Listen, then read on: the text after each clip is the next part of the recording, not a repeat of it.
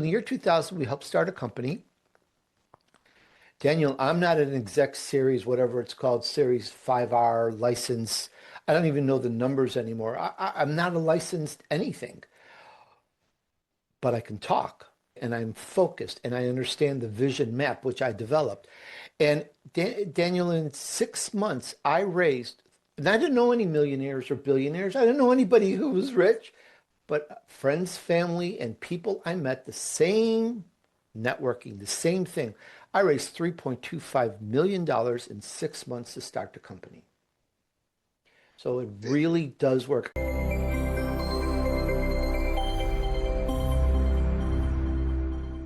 Hello, everyone, and welcome to another episode of the Adventures of a Real Estate Broker with Daniel Berger. I am excited to have Tony Durso today. He is an award-winning writer. He's a five-time award-winning writer, both fiction and nonfiction.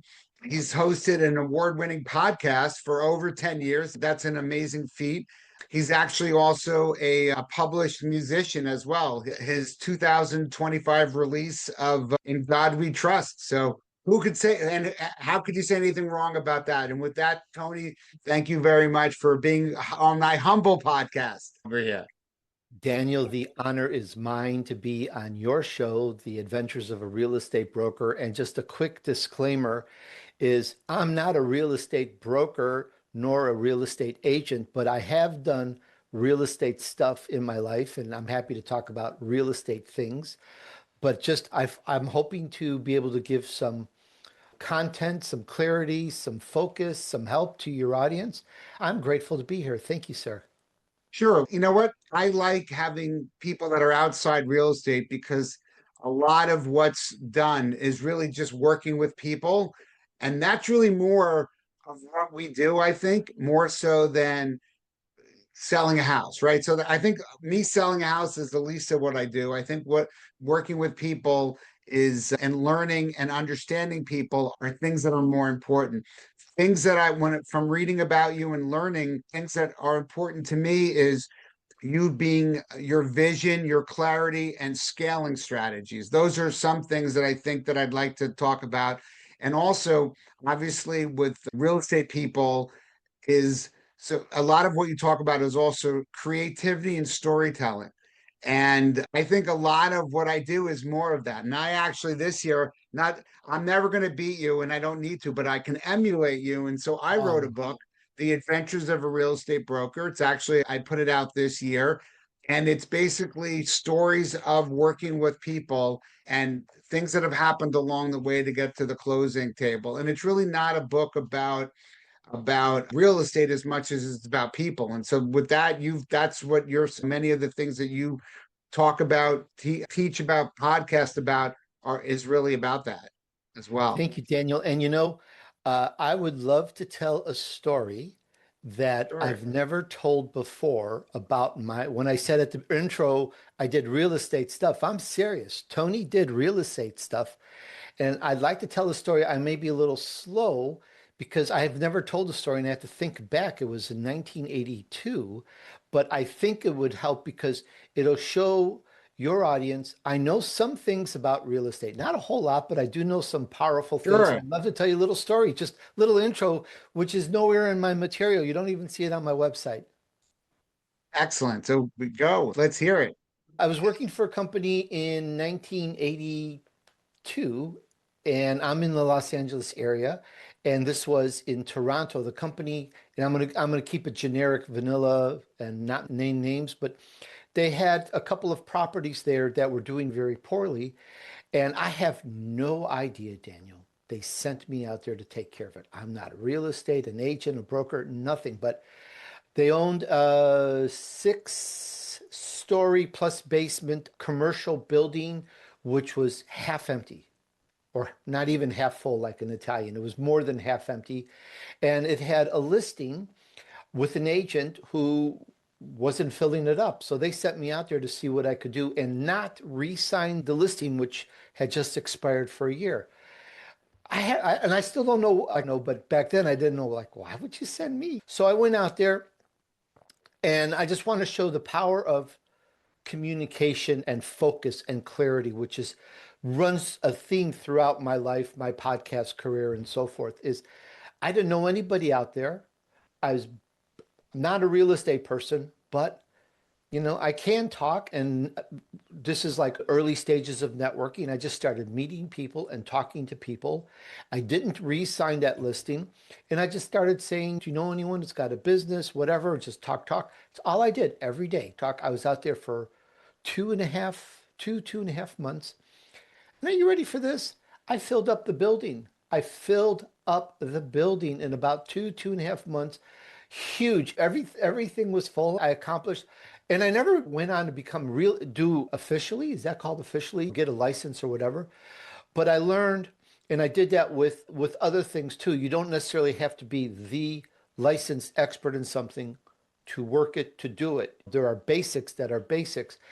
And I just wanted to point out, so there are some things that you can learn here that I'm happy to teach. So I just thought I'd throw in my key crowning real estate story. Exactly. That's good. So I guess basically you were put out there, you young, you didn't really know that much, but you had the desire to, and you had a game plan, right? So your game plan was, here's the building, how do you fill it? And then you have to go about what type of consumers here are they? Is it retail? Is it wholesale? And I guess if you can try to form win-win relationships, right? So that you could find a tenant that would be a win there, right? That's a great street or a great building for X, whatever it was, a bakery, a shoe store, or whatever, a barber, and then and basically try to find the people. And then again, if it's about win-win, things become a lot easier. You're not really selling when it's a win-win, right? You're really just more of a communicator. Yes, it's right. And that, give another story that went useful. It's a useful knowledge to have, that it's how can you accomplish something instead of, oh, I'm not a real estate broker. I'm not a real estate agent. I'm in another country. From the United States. Canada is another country, even though fortunately they speak English. The money's different. The the vernacular is different. But there are certain basics, and I write about this in my book, my upcoming book, which it's a map right now. It's called The Vision Map, MAP, and it's how to get to where you want to go because you need a map. Daniel, come, everybody in the audience, you don't hop in the car with the kids and the wife and what family and in-laws or whoever and say, "We're going on vacation." Okay, where are we going? Let's go to Mount Rushmore. Where is it? I don't know. Oh, you're saying, Tony, come on. You get a map. And that's what Tony says about business, real estate, anything. You get a map. You make a map, and I teach there's only 8 steps. It was only 8 steps, Daniel, on the vision map, and I give away the free draft. If you sign up for my newsletter on my homepage, TonyDurso.com, get the vision map in the community resources section. It's the real deal. And I love talking about that because it shows that if you have that vision and that purpose and that objective in mind, that you can accomplish literally everything. You're going, yeah, Tony, sure. Let me tell you, in the year 2000, before, when the internet was just some people and some companies were using the internet as a business card. Okay. So I didn't have the resources you have today.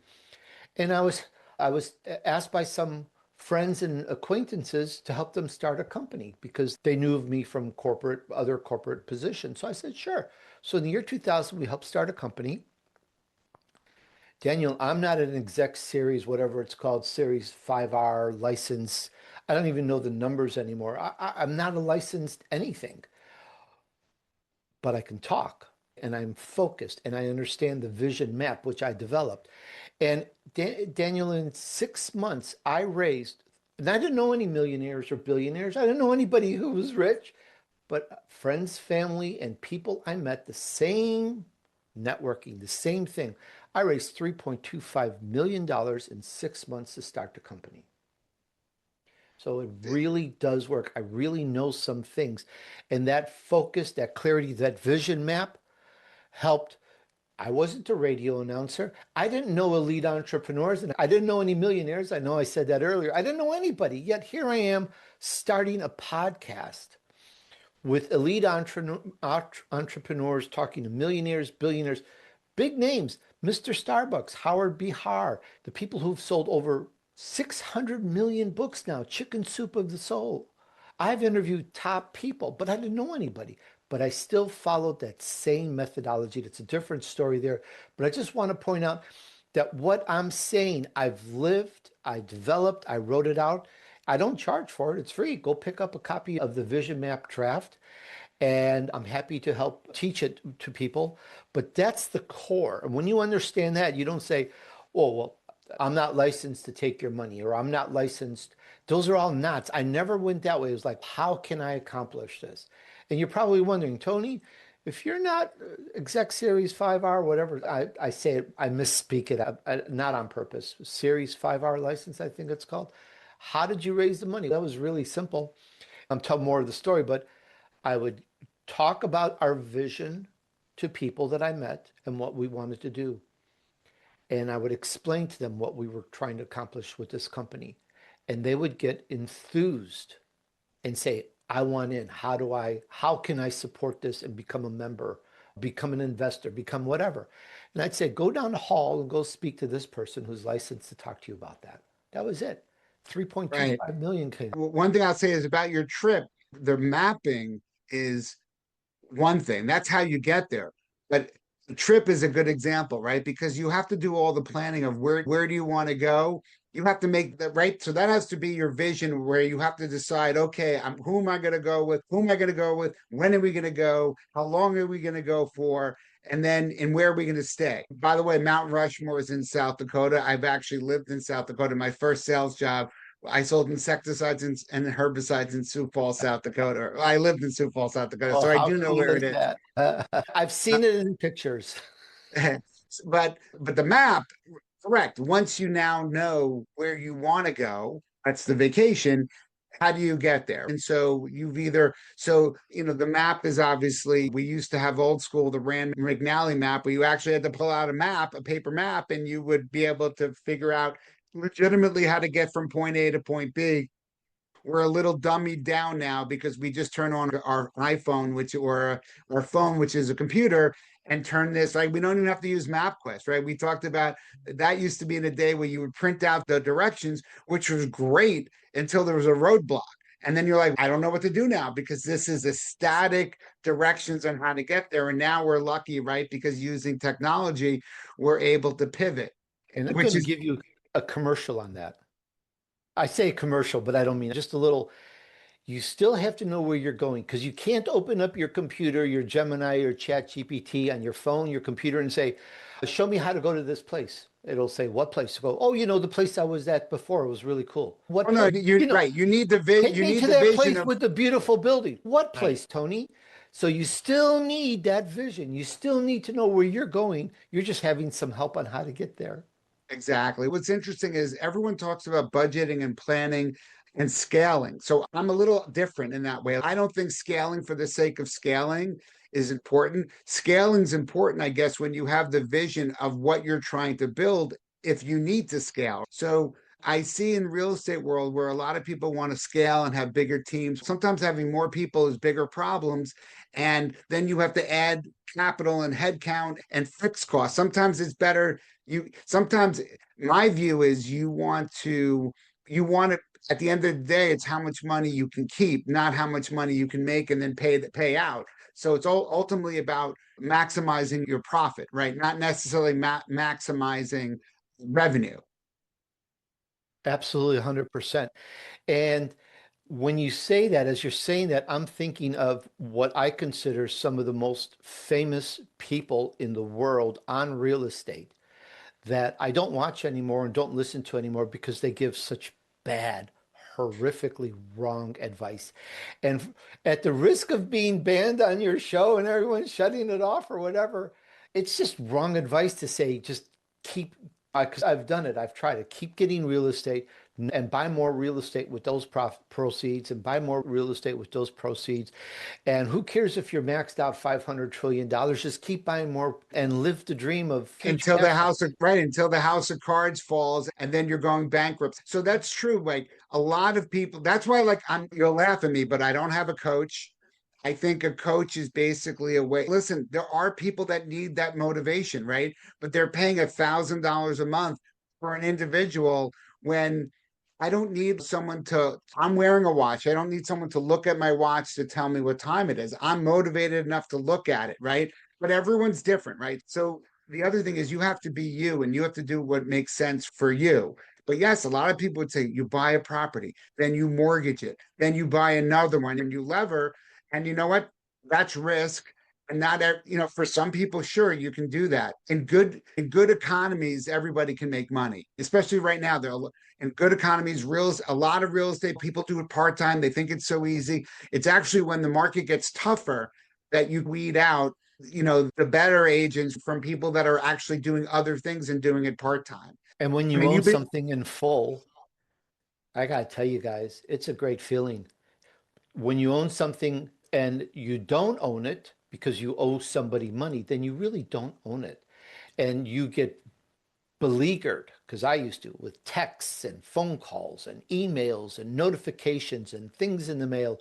And when you own something in full, it all goes away. Man, you get so much peace and quiet just by owning in full. It's a great feeling. And if the economy turns a little bit, there's no note that you have to catch. Right. So the example is, do you want to own one or two properties or do you need, and how many doors is that? Because a lot of times it's lever yourself so you can have 500 doors. 500 doors means you have to have this person on the payroll, that person on the payroll, management company. So it's like you don't really own it, you own a piece of it. And obviously it's about income and revenue stream. But well, what's wrong with just having two properties or three properties and being able to manage that and still getting by? So it's interesting. I am not the scale for the sake of scale. And what's also interesting about how I run my business is I have no plan on what my numbers are going to be next year. None. Because I can't, like, people call me all the time. So what I can do is I can dot I's, cross T's, work every day hard, try to get lead generate, do the tools needed to try to get people to call me, whether it's a podcast, writing a book, right? Social media marketing, networking. And my phone rings because I've become a resource to people where they're like, oh, if you need to buy, sell, or rent, you should call Danny because he helps people or he's helped me in referral based, as opposed to I just had pretty big house that sold. They ended up getting transferred. They didn't plan that this was going to happen. How would I have ever put that I'm going to sell that house this year? Like it's very unusual. Or someone dies. How are you going to know that happens? But what you can do is do do the blocking and tackling to make sure that you're going to get that phone call when something happens. And what I'm going to make next year, I don't know what I'm going to make next year, but I do have to. And the lower overhead costs that I have, the less it matters, and you'll go from there, as opposed to, oh my god, I made X amount. Like the funny thing is, I did 55 deals this year. Why do I, just because I'm going to say I'm going to add 10% to that and that's how many I'm going to do next year? It doesn't always work like that. And it doesn't need to work like that. So that's unusual, I think. Yeah. Even with that, you still need a vision.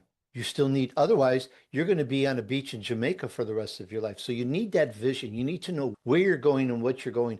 And you can't predict which house you're going to sell in your region or which house is going to become available for you to sell in your region. You can't predict that, but you can put it out there with your vision. And if I may, the best way to describe a vision is what I'm talking about is when I started podcasting in 2015 fall, it's like 11 years now, I read a book by, don't tell me the name, I know this guy's name. I've spoken about him about 1,000 times, called Beach Money. And I'm trying to think of his name, which first time ever has escaped me. I read his book called Beach Money. And chapter one, chapter two, he talks about how he's such a failure, such a big failure. He's a loser. In chapter three, he goes to the park basically to cry. And he gets on Jordan Adler. Jordan Adler. Thank There we you. go. You're I welcome. talk about him 1,000 times. Yeah. So chapter three now, he goes to a park. Maybe you've told the story. He writes out what he sees himself. And I explain in detail how to do it. But it's called vision casting. Bruce Lee, Arnold Palmer, Chuck Norris, Jim Carrey. They talk about vision casting. It works if you know the procedures. And I'm a testament of that as well. So you can add my name to that list. So you write out what you're doing, what you see yourself doing in the future. What are you doing? Now, you don't know this house is available or that house is available. You want a certain level or a certain range. For me, for podcasting, here I am interviewing people I've never met in my life who are millionaires and billionaires. Can you imagine that?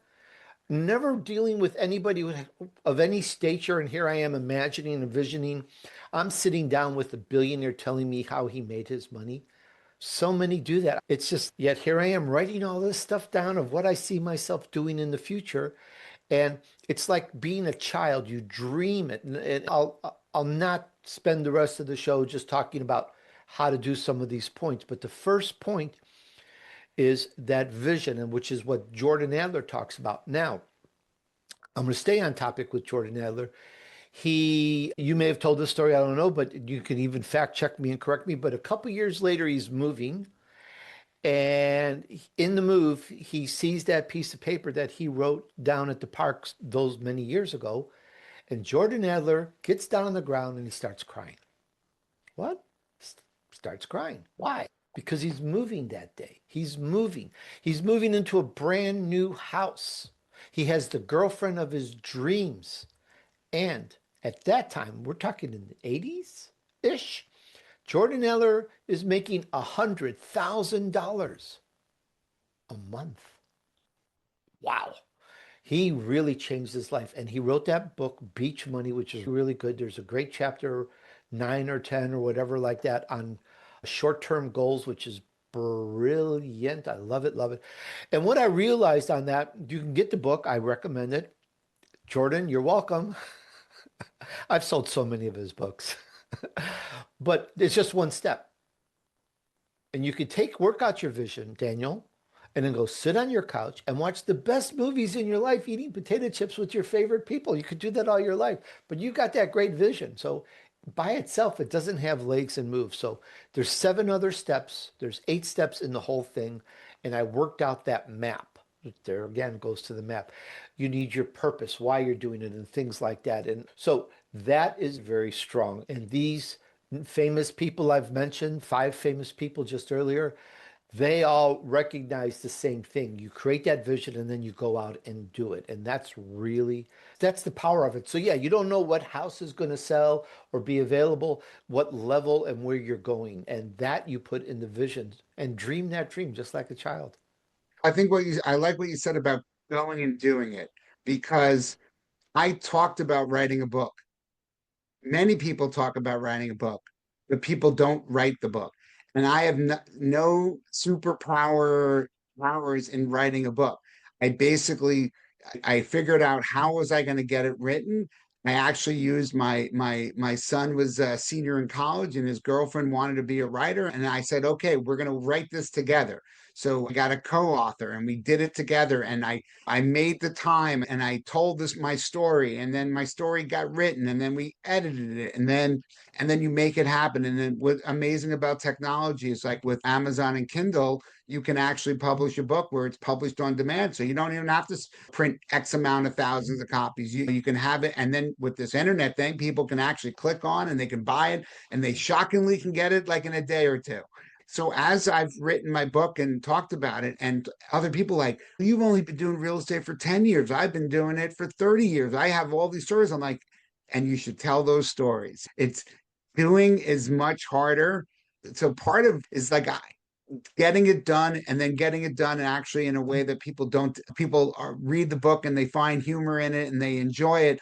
That's the icing on the cake, right? Because writing a book that nobody wants to read is probably a problem. I don't have the following that you do for thousands and thousands, but you know what, my clients, when they read it, they're like, oh my god, I love that, thank you so much, or what have you. And ultimately it's something that's out there. But getting it done, and it's the same thing with every day when you wake up. It's not, you talked about the glass half full, or your building was half empty, or is it half full? It's, you have to enjoy what you do. And I know that you talk about that while it is working, does it feel like work if you actually enjoy what you do and have conversations? We're having a conversation right now. It's fun. So it's not a chore having a podcast when you get excited and invigorated for talking from new people and learning their views and having a conversation. Yes.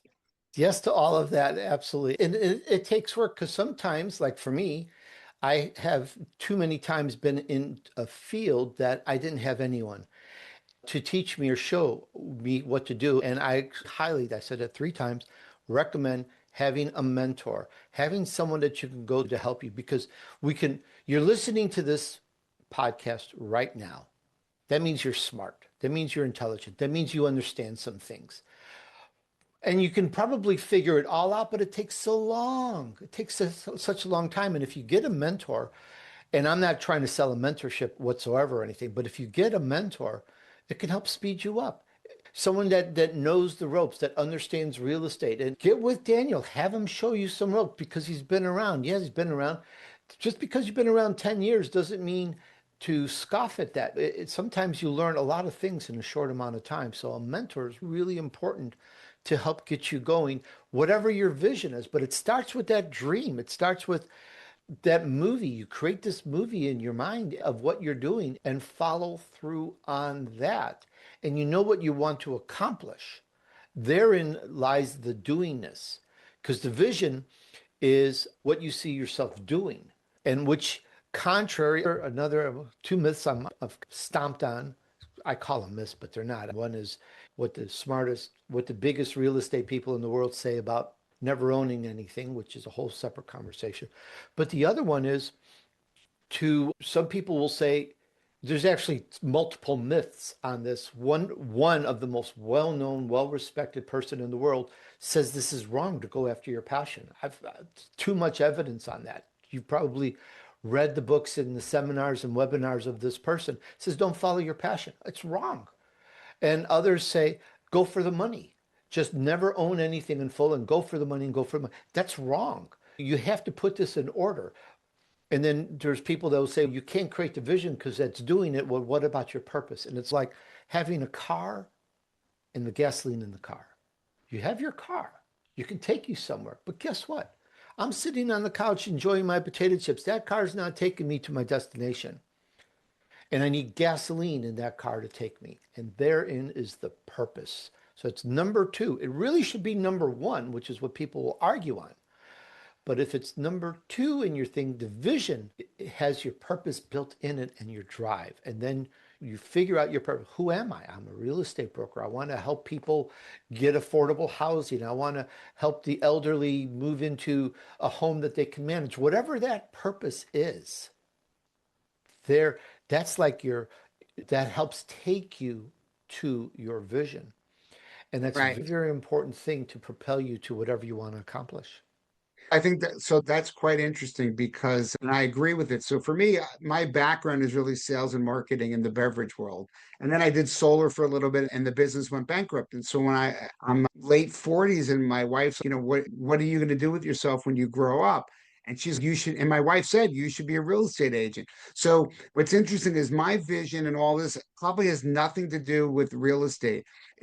I'm a people pleaser and I like to help people. So that's probably throughout my career of everything of all my jobs is how do I help people and how do I add value doing that and go above and beyond, right? And so whether it was in the Poland Spring or Nestle Waters or Green Mountain Coffee or Coca-Cola, right? Or solar, now it's just how do I help people in real estate? So that's really the vision. And so working with people that need to buy, sell, and rent homes is just a conduit for my vision of helping people. It's just because you talk about mentor, I didn't really have one. I'm like, how I operate is certainly I've had managers and leaders that but not like necessarily in a it was more from watching what they were doing and then taking that in and then making it my own. So that's over years and years. And so it's interesting. So those are the things that are embedded in you, how you want to be, how you want to every day follow through, answer people's messages, be a resource bring experts in. You've talked about it. How did you do all these things without licenses? Because you had a vision of what you were going to do, the technicalities of who's going to sell the stock or raise the money.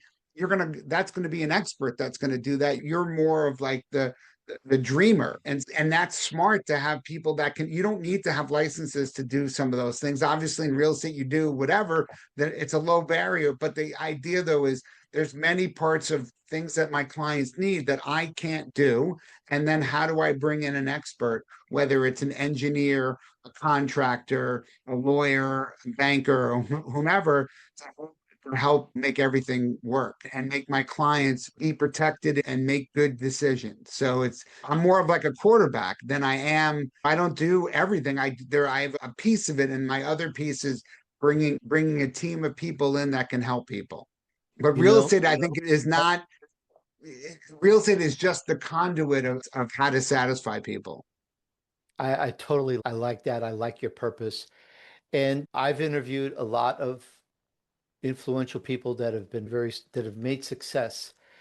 And one of the common threads is that nobody that I've ever interviewed, maybe one, ever had their life handed to them. Oh, here you go. Here's millions of dollars. Go do what you want. I know one person that was like that. Everyone else had to work for it. And there's challenges. Every single person listening to this has challenges.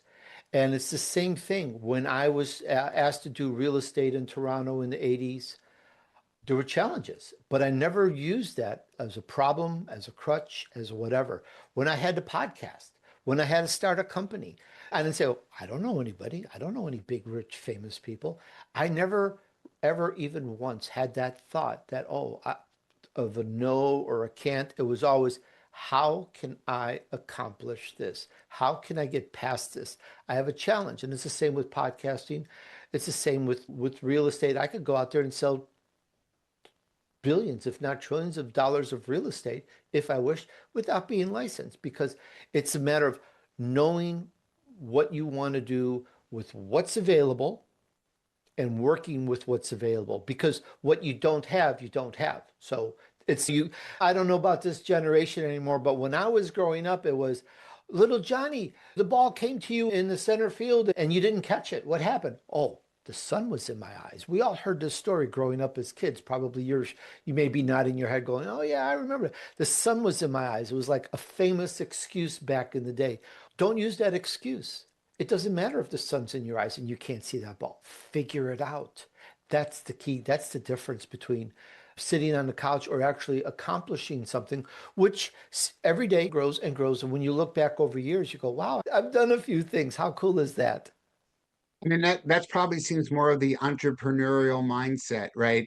Where entre the really successful entrepreneurs don't put them in a box, right? They're outside the box and they're going to think of things differently, right? That's how inventions are done because they're not going to do it the way it's always been done. And how can, and sometimes they know they have to, the dynamics of a situation because they're not going to take no for an answer. And so I think that's, I guess for me being in real estate and being the broker owner of my own company, I get to mentor people, which I enjoy, but it's also, I don't have to do things the way that was, and I can do the things the way that I want to do. So it is that, those are the things that's my vision, right? Is to be able and is to be able to lead the way that makes sense to me. It is a little different. I know that a lot of people have things that transform their lives or their careers. What's an example of something that's transformed your career? I'm not quite sure how to answer that. Let me just fumble around a little bit and you can direct me. This probably is something that I think has transformed my career now as opposed to transformed it back then.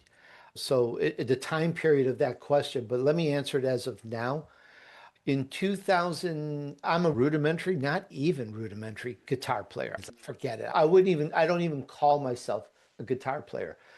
Excuse me. But in 2009, I wrote a song and published it called Flying. And I put it on when I started podcasting.